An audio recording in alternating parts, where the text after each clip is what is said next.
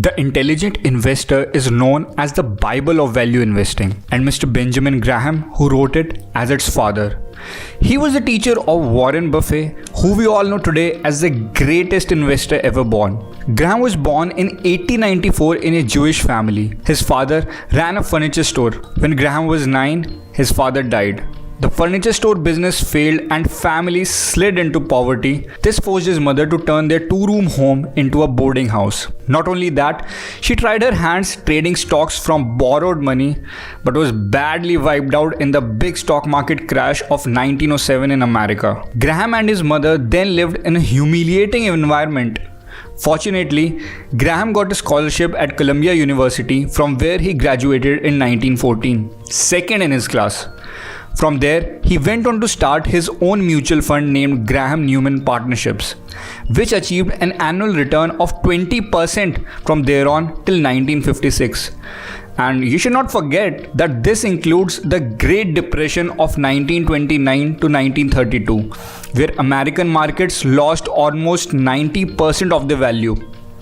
In his own words, Warren Buffett says, "This is by far the best book on investing ever written."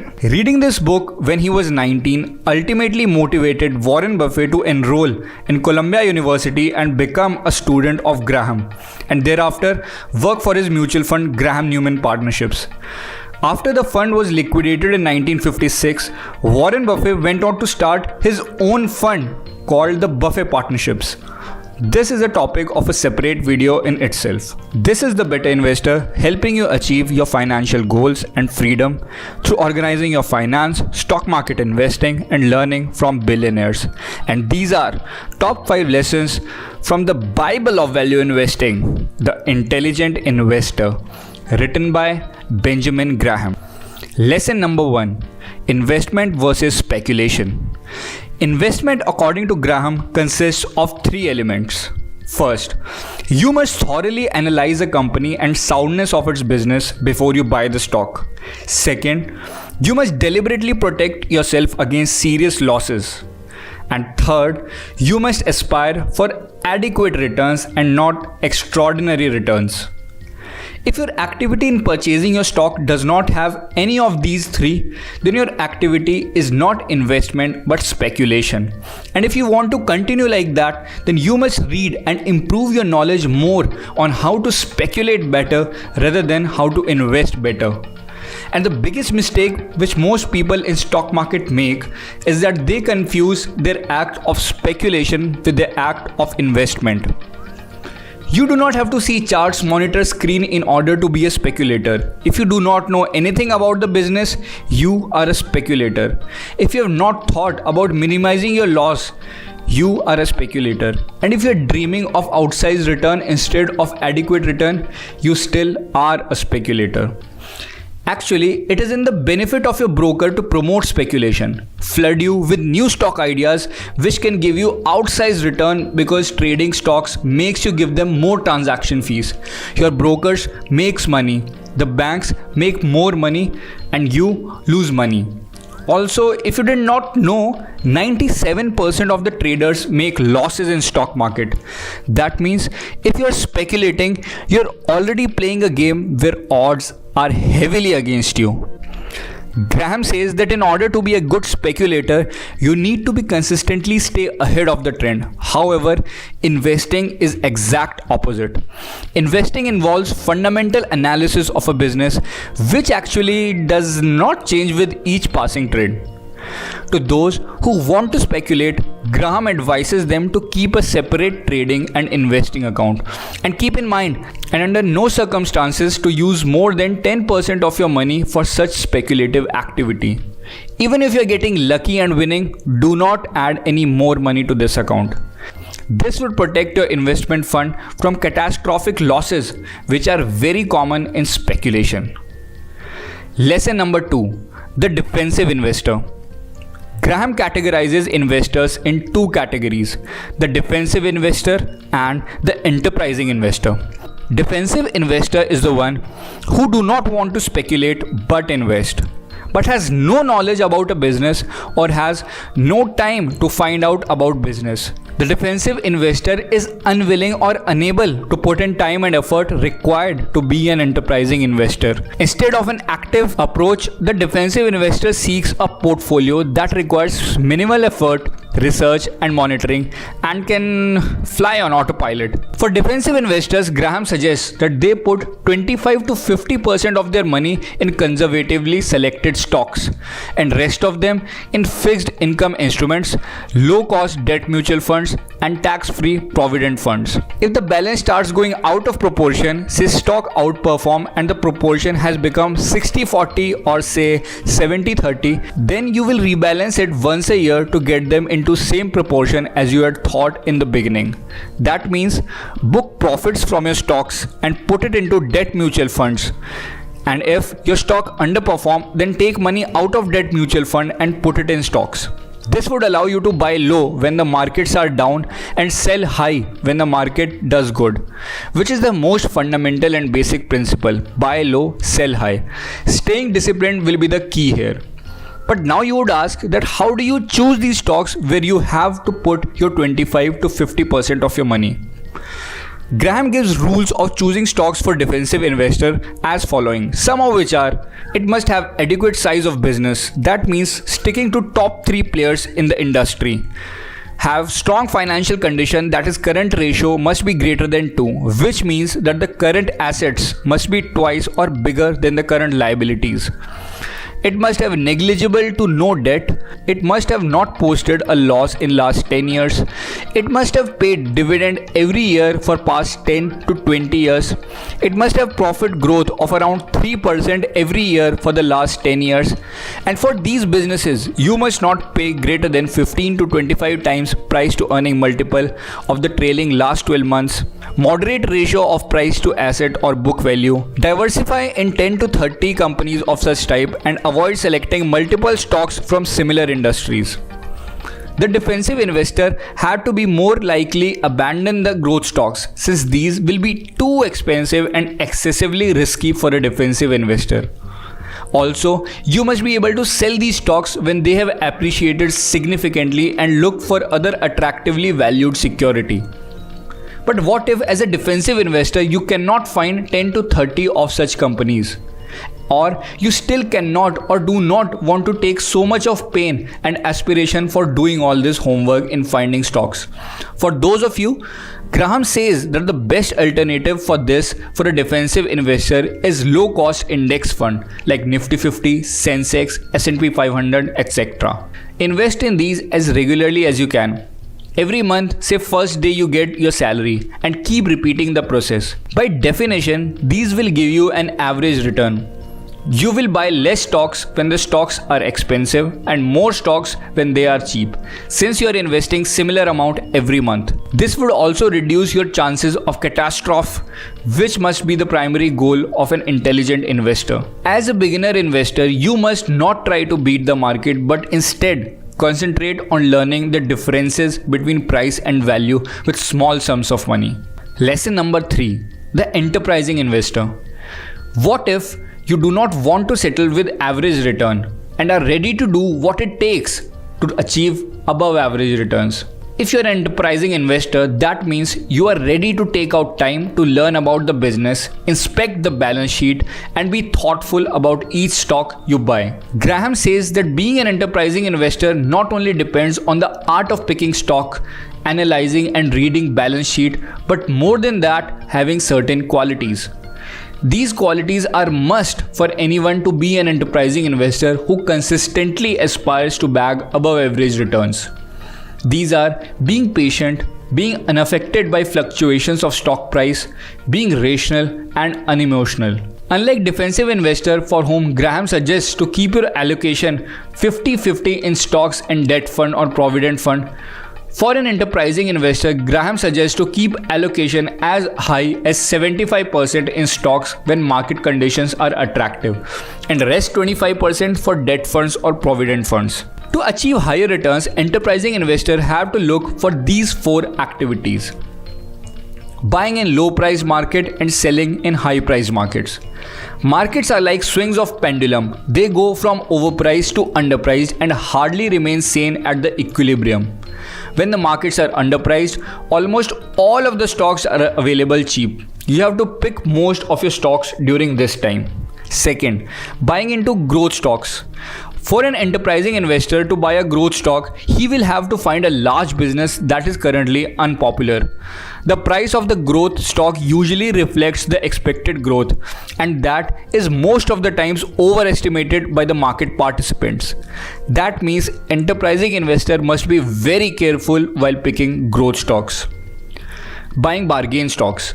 Buying bargain issues means stocks that are selling less for their intrinsic value. A stock may be undervalued because of various reasons like disappointing earnings or general disfavor in the market. Last but not the least, buying into special situation.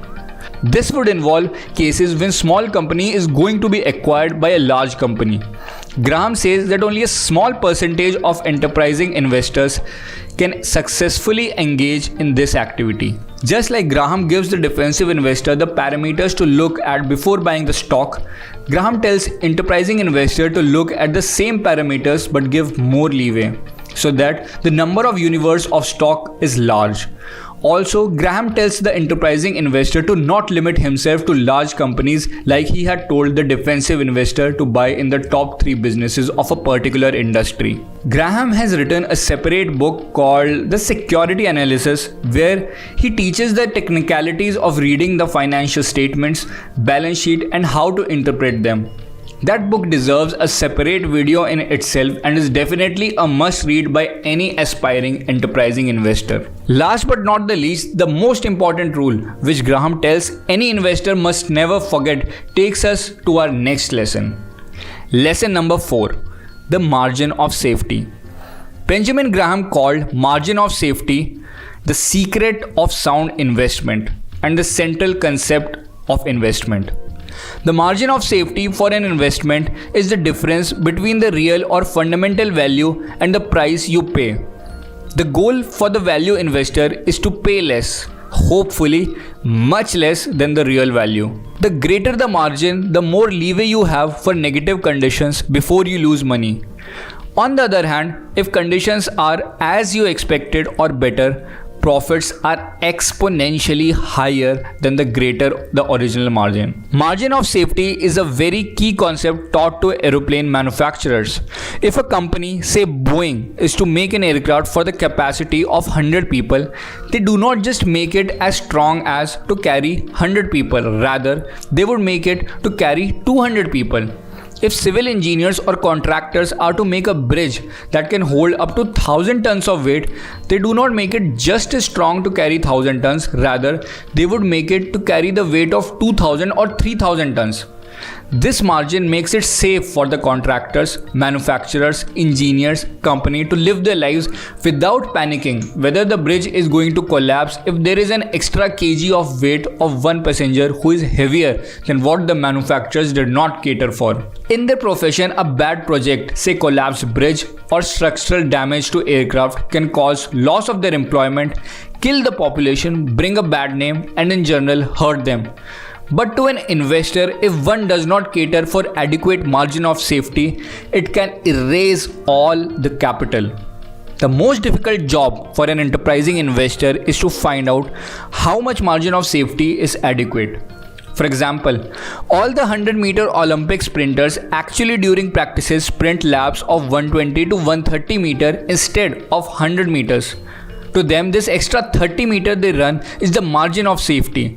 If they can run 130 meter as fast with continuous performance, then definitely they would easily perform better in 100 meter. But that does not mean that running marathons in practice for the 100 meter sprinter would be a good training. So how will you apply this in investing? It could be something like this. You have found a company that you want to invest in. You see that the company, due to current economic conditions, is making losses. The market is extremely sad to see this. The stock prices has taken a big hit, and whatever is said and done, the promoters or the managers of the company tells you or in the interview that the economic outlook is likely to remain same for couple of years, but then he expects things to improve.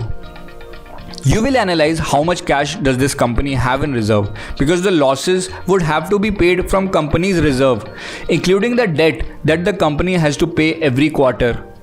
You will analyze as an investor that if the same situation continues, not just for a couple of years as management said, but for say 3 years or more, are the cash reserve of the company sufficient to help it ride the economic downturn, so that when the economic situation stabilizes, which even if takes more than what the manager of the company has told you, the company can again get into profits which are average and normal. This is margin of safety. Margin of safety is a double-edged sword. It protects you from losses if the investments don't turn out as expected, and if the investments work, then this gives you outsized advantage. Suppose a dollar is traded in stock market, so you know that the intrinsic value of this piece of paper is $1.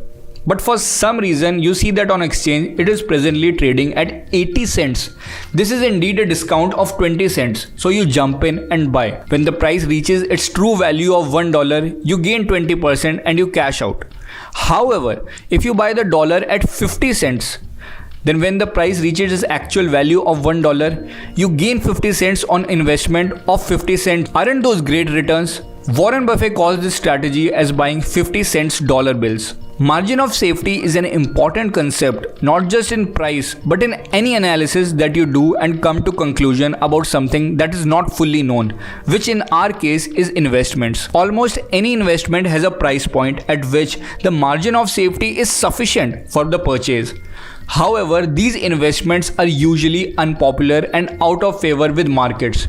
The key is to require a safety buffer that is large enough to prevail against adverse conditions. Lesson number 5. Mr. Market. The stock market is prone to wild fluctuations. Investors do not always focus on the value of a stock like a business owner, but instead allow their emotions to affect buy and sell decisions. Graham asks us to imagine that we own a share of a company and we have an imaginary partner in the business named Mr. Market, who offers us a price of the share every day at which we can buy from or sell to him our share of company. Mr. Market is an emotional man who lets his enthusiasm and despair affect the price he is willing to buy or sell shares on any given day. The fortunate aspect of this is that Mr. Market does not care if you take advantage of him. He shows up every day with the price he is willing to buy or sell shares. Sometimes he is exuberant and sets the price way above fundamental value of the business. Some days he is ultra pessimistic and fearful, so he sets price way below the fundamental price of the business. On occasion, at emotional extremes, the difference between the price and the value can be very extreme. The intelligent investor will avoid allowing Mr. Market to influence its behavior, but instead take advantage of Mr. Market's irrational behavior by buying when he is despondent and selling when he is euphoric. Obviously, you wait for sale to buy your favorite iPhone and shoes. Similarly, when Mr. Market is offering you price of a business which is way below its actual value, you must take advantage and buy from Mr. Market rather than be sad. Because as an intelligent investor, you know that the price that is quoted by Mr. Market is not its actual value. Let's have a quick recap. The biggest mistake that people make in stock market is confusing their act of speculation with investing. An intelligent investor reads intensely about the business of which stock he is buying. He puts effort to minimize losses and only after that aspires for adequate and not ultra exceptional returns. Rewards look attractive in trading, but 97% of traders lose money and thus odds are already against you if you're a speculator.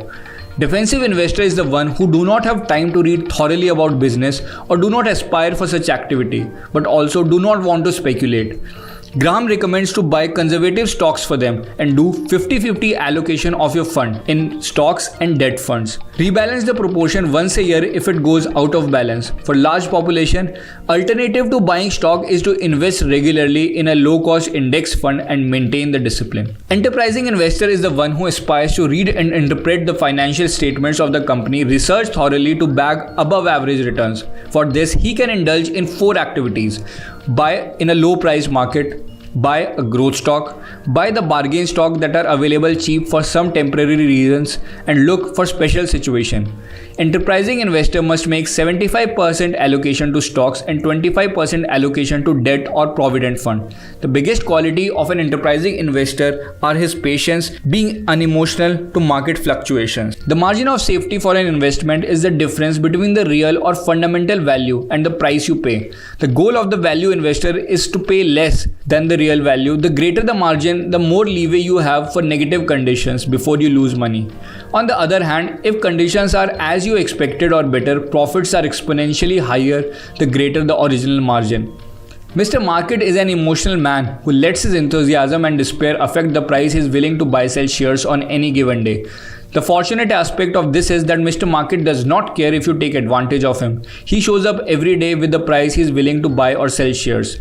The intelligent investor will avoid allowing Mr. Market to influence his behavior, but instead take advantage of Mr. Market's irrational behavior by buying when Mr. Market is despondent and selling when he is euphoric.